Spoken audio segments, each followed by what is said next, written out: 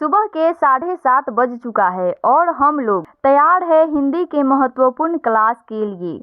तो आप सभी कैसे हैं, हमें कमेंट में बताएं। आज का क्लास आपके लिए कड़ी साबित होने वाला है। आज हम हिंदी के 30 क्वेश्चन का रिवीजन करेंगे। आज का क्लास आप लोगों के लिए बहुत ज़्यादा इम्पोर्टेंट होने वाला है, इसलिए आप लोगों को एक भी क्वेश्चन को नहीं छोड़ना है। तो चलिए प्रश्न को देखते हैं। यहाँ पे प्रश्न है, सुनन का समास रूप क्या है? का ऑप्शन दिया है सुना, सनन, सुन और शून्य। इसका राइट आंसर जो होगा वो ऑप्शन नंबर डी हो जाएगा, शून्य। सुनन का तत्पुरुष रूप शून्य होगा। संस्कृत का भाषा जब हिंदी में आता है तो उसे जयो के तयो बोले या लिखे जाते हैं, उसे ही तत्पुरुष समास कहा जाता है। तो चलिए नेक्स्ट प्रश्न को देखते हैं। देखिए यहाँ पे प्रश्न दिया है, 4 गज मलमल में कौन सा विशेषण है? हमें बताना है कि 4 गज मलमल में कौन सा विशेषण होगा। यहाँ पे ऑप्शन इसका दिया है परिमाण बोधक, गुणवाचक, संख्यावाचक और सर्वनामिक। इसका राइट जो आंसर होगा वो ऑप्शन नंबर ए हो जाएगा, परिमाण बोधक। विशेषण का अर्थ होता है कि जो शब्द संख्या या सर्वनाम की विशेषता बतलाता है उसे ही विशेषण कहा जाता है। 4 गज मलमल में परिमाण बोधक विशेषण होगा। चलिए अगले प्रश्न की ओर चलते हैं। देखिए यहाँ पे प्रश्न दिया है, रोगग्रस्त कौन सा समास है? हमें बताना है कि जो रोगग्रस्त है वो कौन सा समास है। यहाँ पे ऑप्शन दिया है बहुव्रीहि समास, कर्मधारय समास, तत्पुरुष समास और इनमें से कोई नहीं। इसका right answer option number C हो जाएगा, तत्पुरुष समास। रोगग्रस्त जो शब्द है वो तत्पुरुष समास है। चलिए अगले प्रश्न की ओर चलते हैं। देखिए यहाँ पे अगला प्रश्न है, श्याम कलम से लिखता है किस कारक का उदाहरण है? इसका ऑप्शन दिया है संबंध कारक, करण कारक, अधिकरण कारक और संप्रदान कारक। इसका राइट जो आंसर होगा वो ऑप्शन नंबर बी हो जाएगा, करण कारक। कारक का 8 भेद होता है। चलिए नेक्स्ट प्रश्न की ओर चलते हैं। देखिए यहाँ पे प्रश्न दिया है, बिना पलक गिराए के लिए एक शब्द क्या है? यहाँ पे ऑप्शन दिया है आमरण, अपलक, आजीवन और अपरिमित। इसका राइट आंसर जो होगा वो ऑप्शन नंबर बी हो जाएगा, अपलक। चलिए अगले प्रश्न की ओर चलते हैं। देखिए यहाँ पे प्रश्न दिया है, पवन का संधि विच्छेद क्या होगा? हमें बताना है कि पवन शब्द का संधि विच्छेद क्या होगा। इसका ऑप्शन दिया है प प्लस अवन, प प्लस वन, पो प्लस अन और प प्लस अन। इसका right answer option number C हो जाएगा, पो प्लस अन। पवन का संधि विच्छेद पो प्लस अन ही होगा। चलिए अगले प्रश्न की ओर चलते हैं। देखिए यहाँ पे प्रश्न दिया है, नाक रगड़ना का अर्थ क्या होगा? हमें बताना है कि नाक रगड़ना का सही अर्थ क्या होगा। यहाँ पे ऑप्शन दिया है इसका नाक में चोट लगना, इज्जत देना, दीनत्व पूर्वक प्रार्थना करना और चापलूसी करना। इसका राइट आंसर जो होगा वो ऑप्शन नंबर सी हो जाएगा, दीनत्व पूर्वक प्रार्थना करना। नाक रगड़ना का सही अर्थ यही होगा। चलिए अगले प्रश्न की ओर चलते हैं। देखिए यहाँ पे प्रश्न दिया है, उन्मूलन का विलोम क्या है?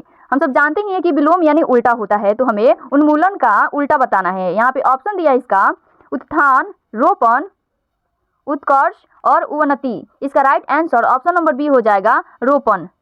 उन्मूलन शब्द का उल्टा यानी विलोम रोपण होगा और यहाँ पे उत्थान का भी विलोम होगा पतन, पतन, और उत्कर्ष का विलोम अपकर्ष हो जाएगा।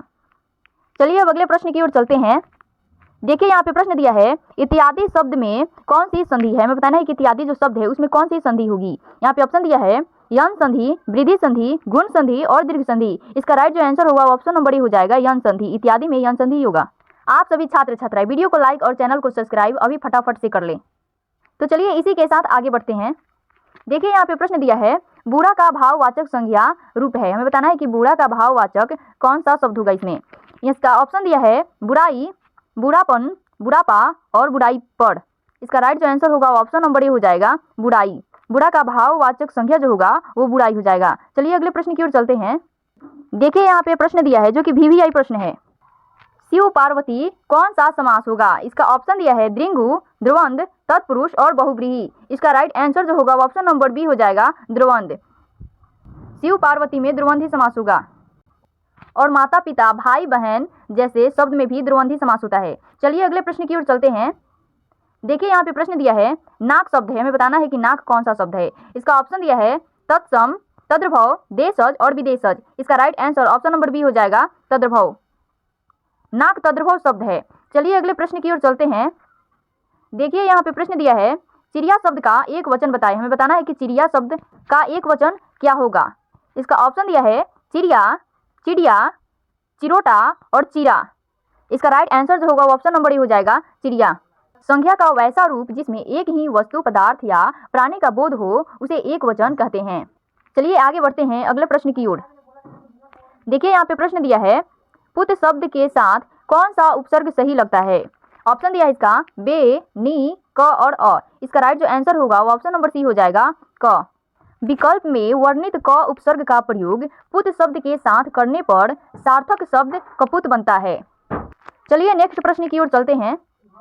देखिए यहाँ पे प्रश्न दिया है, रात्रि का पर्यायवाची शब्द बताएं। हमें बताना है कि रात्रि शब्द का पर्यायवाची शब्द क्या होगा। इसका ऑप्शन दिया है वसन, निशा, हेम और अंबर।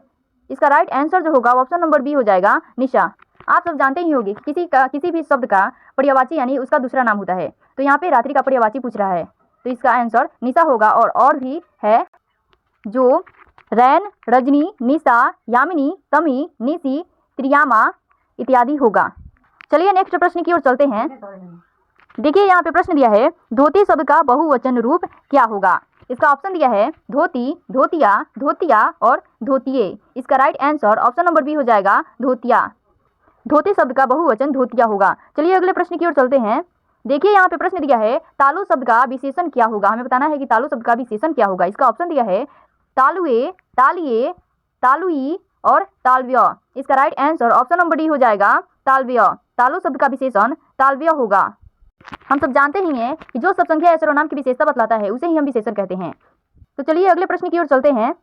देखिए यहाँ पे प्रश्न दिया है, गायक शब्द में प्रत्यय क्या होगा। हमें बताना है कि गायक शब्द में प्रत्यय क्या होगा। इसका ऑप्शन दिया है क, यक, अक और आक। इसका right answer option number C हो जाएगा, अक। गायक शब्द में अक प्रत्यय होगा। चलिए अगले प्रश्न की ओर चलते हैं। देखिए यहाँ पे प्रश्न दिया है, ध्वनियों के मेल से बने सार्थक वर्ण समुदाय को क्या कहते हैं। इसका ऑप्शन दिया है लिंग, वचन, कारक और शब्द। इसका राइट जो आंसर होगा ऑप्शन नंबर डी हो जाएगा, शब्द। तो चलिए अगले प्रश्न को देखते हैं। देखिए यहाँ पे प्रश्न दिया है, निम्न में से महाप्राण व्यंजन है। हमें बताना है कि इन सभी में से महाप्राण व्यंजन कौन है। इसका ऑप्शन दिया है प, ज, घ और व। इसका right answer option number C हो जाएगा, घ, जो कि महाप्राण व्यंजन है। चलिए अगले प्रश्न की ओर चलते हैं। देखिए यहाँ पे प्रश्न दिया है, प्रश्न यहाँ पे पंचम शब्द का संधि विच्छेद क्या होगा। इसका ऑप्शन दिया है पंच जोड़ म, पम जोड़ चम, पन जोड़ चम और इनमें से कोई नहीं। इसका right answer option number B हो जाएगा, पम जोड़ चम, जो कि पंचम शब्द का सही संधि विच्छेद है। चलिए अगले प्रश्न को देखते हैं। देखिए यहाँ पे प्रश्न दिया है, निम्न में से कौन सा व्यंजन संघर्षी है। इसका ऑप्शन दिया है ह, म, झ और ठ। इसका right answer option number A हो जाएगा, ह। संघर्षी व्यंजन है। चलिए अगले प्रश्न को देखते हैं। देखिए यहाँ पे प्रश्न दिया है, अवनी का विलोम शब्द क्या होगा। हमें बताना है कि अवनी शब्द का विलोम यानी उल्टा क्या होगा। इसका ऑप्शन दिया है धड़ा, शशांक, अंबर और सितारा। इसका right answer option number C हो जाएगा, अंबर, जो कि अवनी शब्द का विलोम है। चलिए अगले प्रश्न की ओर चलते हैं। इससे पहले आप सभी बच्चे वीडियो को लाइक और चैनल को सब्सक्राइब कर दीजिए। तो चलिए प्रश्न को देखते हैं। देखिए यहाँ पे प्रश्न है, पवन का संधि विच्छेद कौन सा है। हमें बताना है कि इन सभी में से पवन का सही संधि विच्छेद कौन सा है। इसका ऑप्शन दिया है प जोड़ अन, पो जोड़ अन, पौ जोड़ न और पो प्लस अवन। इसका right answer option number B हो जाएगा, पो जोड़ अन, जो कि पवन का सही संधि विच्छेद है। चलिए अगले प्रश्न को देखते हैं। देखिए यहाँ पे प्रश्न है, थोड़ा पानी किस विशेषण का उदाहरण है। ऑप्शन दिया है इसका सर्वनामिक विशेषण, संख्यावाचक विशेषण, परिमाण बोधक विशेषण और गुणवाचक विशेषण। इसका right answer option number C हो जाएगा, परिमाण बोधक विशेषण, जो कि थोड़ा पानी का विशेषण यही होगा। चलिए अगले प्रश्न को देखते हैं। यहाँ पे प्रश्न है, मैं अपने आप वस्त्र साफ कर लेता हूँ, इस वाक्य में कौन सा सर्वनाम है। पेज बनाने में ऑप्शन कट गया है, इसलिए यहाँ इसका आंसर जो है वो ऊपर लिख दिए हैं। देखिए इसका आंसर जो होगा निजवाचक। चलिए अगले प्रश्न को देखते हैं। देखिए यहाँ पे प्रश्न दिया है, रीम सीता से सुंदर है, इस वाक्य में कौन सा कारक है। इसका ऑप्शन दिया है करण कारक, अपदान कारक, संप्रदान कारक और संबंध कारक। इसका सही आंसर ऑप्शन नंबर बी हो जाएगा, अपदान कारक। संख्या के जिस रूप में तुलना, समानता, अलगवाद का भाव प्रकट हो उसे अपदान कारक कहते हैं। जैसे पूर्व दिशा से सूर्य निकलता है, पेड़ से पत्ते गिरते हैं। चलिए अब अगले प्रश्न को देखते हैं। देखिए यहाँ पे प्रश्न दिया है, युद्ध में स्थित रहने वाला किस समास का विग्रह पद है। इसका ऑप्शन दिया है करण तत्पुरुष, अलोक तत्पुरुष, संप्रदान तत्पुरुष और संबंध तत्पुरुष। इसका right answer option number B हो जाएगा, अलोक तत्पुरुष। अलोक तत्पुरुष तत्पुरुष समास का उपभेद है। अभी तक जो भी छात्र छात्राएं रेगुलर एकेडमी को सब्सक्राइब नहीं किए हैं तो प्लीज़ रेगुलर एकेडमी को सब्सक्राइब कर लीजिए ताकि हर नोटिफिकेशन आप तक पहुंच पाए। तो चलिए अगले प्रश्न को देखते हैं। देखिए यहाँ पे प्रश्न है वाक्यों में त्रुटिपूर्ण भाग का चयन कीजिए, यदि कोई त्रुटि न हो तो डी भाग को चिन्हित कीजिए। इसका ऑप्शन दिया है अनेक अध्यापकों, शिक्षाविदों तथा भाषा शास्त्रियों का सहयोग मिला है और कोई त्रुटि नहीं। इसका right answer option number A हो जाएगा, अनेक अध्यापकों। दिए गए ए विकल्प अनेक अध्यापकों की जगह अनेक अध्यापक होगा क्योंकि अनेक बहुवचन है, इसलिए इसके साथ बहुवचन संज्ञा का प्रयोग नहीं होगा। तो चलिए नेक्स्ट प्रश्न को देखते हैं। देखिए यहाँ पे प्रश्न दिया है कौन शब्द पत्थर का पर्यायवाची नहीं है। इसका right answer option number D हो जाएगा, उरग, जो कि पत्थर का पर्यायवाची नहीं है। यहाँ पे पूछ रहा है कि कौन पत्थर का पर्यायवाची नहीं होगा।